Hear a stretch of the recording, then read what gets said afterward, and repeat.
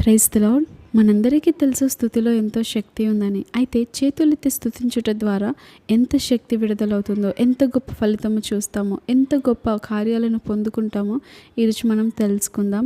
ముందుగా కీర్తనల గ్రంథం 134వ అధ్యాయం 2వ వచనం మనం చూసినట్లయితే, పరిశుద్ధ స్థలము వైపు మీ చేతులెత్తి యెహోవాను సన్నుతించుడి. స్తోత్రం దేవ. సర్వోన్నతుడా, ఈ వాక్య భాగం ద్వారా మీరే మా అందరితో మాట్లాడి బలపరచమని యేసు నామములో ప్రార్థించి నమ్మి అడిగి పొందుకొని ఉన్నాము పరమ తండ్రి. ఆమేన్.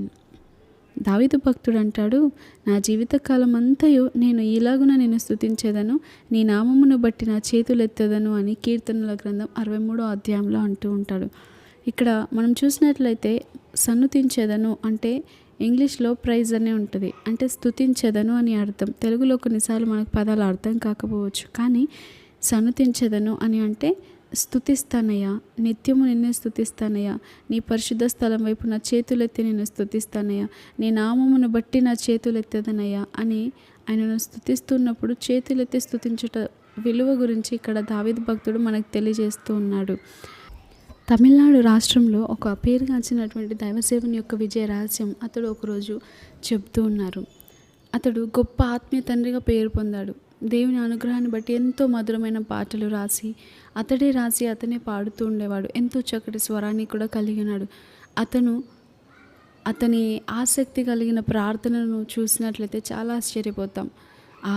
ఆసక్తి గల ప్రార్థనను బట్టి విస్తారమైన ప్రజలు అపవాది బంధకాల నుండి విడిపింపబడుతుంటారు ఆయన సంఘంలో. ఆయన ఒకరోజు తన అనుభవాన్ని మరణాంధకారములో విజయము అనే తన తమిళ పుస్తకంలో ఒక మాట రాసుకుంటాడు. దాని సారాంశం ఏంటంటే, ఒక దినాన ప్రభు ఆయనను దర్శించి, కుమారుడా, ఈరోజు నీవు ఒకరోజు కేటాయించి మూడు గంటలు చేతులెత్తి నన్ను స్తుతించు, 3 గంటలు చేతులెత్తి నా సన్నిధిలో సమయం గడుపు, నేను నీ చేతులను ఆశీర్వదించబోచున్నాను. ఇకపై నువ్వు చేయబోయే పరిచర్య ఉత్తమంగా ఉండాలి. ఇకపై నీవు నీ చేతుల ద్వారా చేసే ప్రతి పని స్థిరంగా ఉండాలి, ఆశీర్వాదకరంగా ఉండాలి. నీ చేతుల్లో నేను ఆశీర్వదిస్తాను, నువ్వు నా సన్నిధిలో చేతులెత్తి ఎందుకు ప్రార్థించకూడదు, స్తుతించకూడదు అని దేవుడు ఆయనను దర్శించి మాట్లాడతారు. అందుకు ఆ సహోదరుడు అంటాడు, అందుకు ఆ సేవకులు అంటారు ఏమనంటే, ప్రభువా, స్కూల్ టీచర్గా నేను ఉద్యోగం చేస్తున్నప్పుడు బిడ్డలు తప్పిదమ్ములు చేసినప్పుడు 2 చేతులు పైకెత్తించి బెంచ్ మీద నిలబెట్టించేవాడిని. ఇప్పుడు అందుకొరకు నన్ను ఈ రీతిగా నీవు నాకు శిక్ష విధిస్తున్నావా ఏంటి ప్రభువా అని అడుగుతాడు. అందుకు యేసు ప్రభువారు అంటారు, సర్వలోకమును రక్షించడానికి నేను సిలువలో నా 2 చేతులు చాపి 6 గంటల సమయం నేను వేలాడాను కదా. కనీసం నేను నీకు ఇచ్చిన సేవ నువ్వు కడముట్టించడానికి, నమ్మకంగా చేయడానికి నా సన్నిధిలో నువ్వు 3 గంటల సమయం చేతులెత్తి నువ్వు ప్రార్థించలేవా, స్తుతించలేవా, నా సన్నిధిలో గడపలేవా అని యేసుప్రభువారు అడుగుతున్నప్పుడు ఆ దైవజనుడు ఒక దినాన్ని కేటాయించుకొని ఎలాగైనా సరే నా దేవుని సన్నిధిలో నేను గడపాలి అని చెప్పి ఒక దినాన తనను తాను ప్రత్యేకపరుచుకొని తన ఇంట్లోని వారందరూ ఒక రూమ్లో ప్రార్థిస్తుంటే ఈయన మాత్రం ఏకాంతంగా ఒక రూమ్లోకి వెళ్ళి 2 చేతులు పైకెత్తి మోకరించి స్తుతించుట ప్రారంభించాడు. స్తుతిస్తున్నాడు. ఆ రీతిగా చేతులెత్తి మోకరించి స్తుతిస్తూ ఉన్నాడు. ఆ రీతిగా గంటన్నర సమయం వరకు ఆయన చక్కగా చేయగలిగాడు. తర్వాత ఇక భరించలేని వేదనను అతను ఎదుర్కోవడం ప్రారంభమైంది. అతని చేతులు చాలా బరువెక్కిపోతున్నాయి. ఆ చేతులు ఎంత నిలుపుదామన్నా నిలబడలేక జారిపోతున్నట్టు అతను గమనిస్తూ ఉంటాడు. అప్పుడు యేసుప్రభువారితో మరలా ఇలా అంటాడు, అయ్యా, నేను చేతులెత్తి ప్రార్థించాలని నాకు ఆశగానే ఉంది, కానీ చాలా కష్టమవుతుందయ్యా, చాలా నొప్పిగా ఉందయ్యా ప్రభువా, నేను చేతులెత్తి స్తుతించలేనయ్యా అని మొరపెడుతున్నాడు.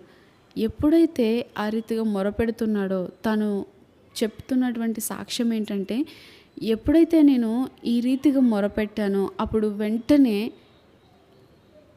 ఒక దూత దిగి వచ్చిన చేతులను పట్టుకునేటట్లు నేను గమనించాను. అప్పటి నుండి ఎటువంటి శ్రమ లేకుండా మిగిలిన 1.5 గంట సమయం అంతా కూడా నేను చేతులెత్తి దేవుని సన్నిధిలో స్తుతించి ప్రార్థించగలిగాను అని ఆయన సాక్ష్యాన్ని చెప్తున్నారు. అవును, అప్పటి నుండి ఆయన ఎంతో శక్తితో నింపబడి మునుపటి కంటే కూడా అధికమైన బలముతో ఆయన జీవితంలో గొప్ప కార్యాలను పొందుకుంటూ దేవుని సన్నిధిలో వాడబడుతూ వచ్చారు. అనేకులకు దీవెనకరంగా దేవుడు అతన్ని నిలబెట్టారు, అనేకులకు ఆశీర్వాదకరంగా నిలబెట్టారు. ఏ సమస్య వచ్చినా, ఏ శోధన వచ్చినా, దేనైనా ఈజీగా జయించడానికి దేవుడు ఎంతోగానో సహాయం చేశారు. అవును. ఒకరోజు ఆయన దేవుని సన్నిధిలో గడిపాడు. కానీ దాని తర్వాత ఆయన పొందిన శక్తి, ఫలితము ఎంతో గొప్పగా ఉంది. ఇశ్రాయేలుగా మార్చబడ్డాడు యాకోబు ఒక్కరోజు దేవుని సన్నిధిలో గడిపి. మనం ప్రతిరోజు ఆ రీతిగా మనం అనుకున్న సమయానికి దేవుని సన్నిధిలోనికి వెళ్ళి ఆ రీతిగా చేతులెత్తి మనం ప్రార్థిస్తూ దేవుని స్తుతిస్తూ ఉన్నట్లయితే మనం పొందుకొనని ఫలితం అంటూ ఉండదు. మోకరించడం ఎంతో, చేతులు ఎత్తడం కూడా అంతే సమానం. మోకరించినప్పుడు మనం ఎంత నొప్పిని ఫీల్ అవుతామో, చేతులు ఎత్తినప్పుడు కూడా అంతే నొప్పిని ఫీల్ అవుతాం. కానీ దానికి పొందే ఫలితం కూడా అంత గొప్పగా ఉంటుంది. మనం పాత నిబంధనలో చూస్తూ ఉంటాము.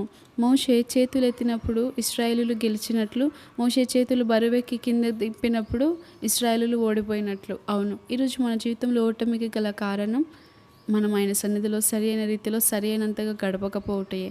కాబట్టి మన జీవితంలో విజయము చూడాలి అని ఆశపడుతున్నట్లయితే మనం చేయవలసిన పని ఆయన సన్నిధిలో మోకరించి 2 చేతులు పైకెత్తి, అయ్యా నువ్వెంతైనా నమ్మదగిన వాడవయ్యా, నువ్వెంతైనా గొప్ప దేవుడవేసయ్యా, నువ్వు మహోన్నతుడవైన దేవుడవయ్యా అంటూ ఆయనను మనం గణపరచాలి, ఆయనను గొప్ప చేస్తూ ఉండాలి.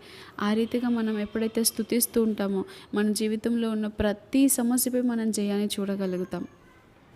ఈరోజు మీరు ఎదుర్కొంటున్నటువంటి పోరాటము, సమస్య, శ్రమ ఎంత పెద్దదైనప్పటికీ, మీరు ఎదుర్కొంటున్న యుద్ధము అది ఎంత భీకరంగా పెద్దగా అనిపిస్తున్నప్పటికీ, దీని నుండి ఇక నేను బయటపడలేనేమో, ఇది ఇక జయించడం నాకు కష్టము అని మీరు అనుకుంటున్నప్పటికీ ఒకసారి చేతులెత్తి స్తుతించి ప్రయత్నించండి. దేవుడు మీ జీవితంలో కలగజేసుకొని మీ పక్షాన దేవుడు పోరాడి మీకు విజయాన్ని ఇస్తారు. అట్టి కృపాభాగ్యం దేవుడు మనకు అనుగ్రహించి నడిపించును గాక. Amen. Thank you all. Praise the lord.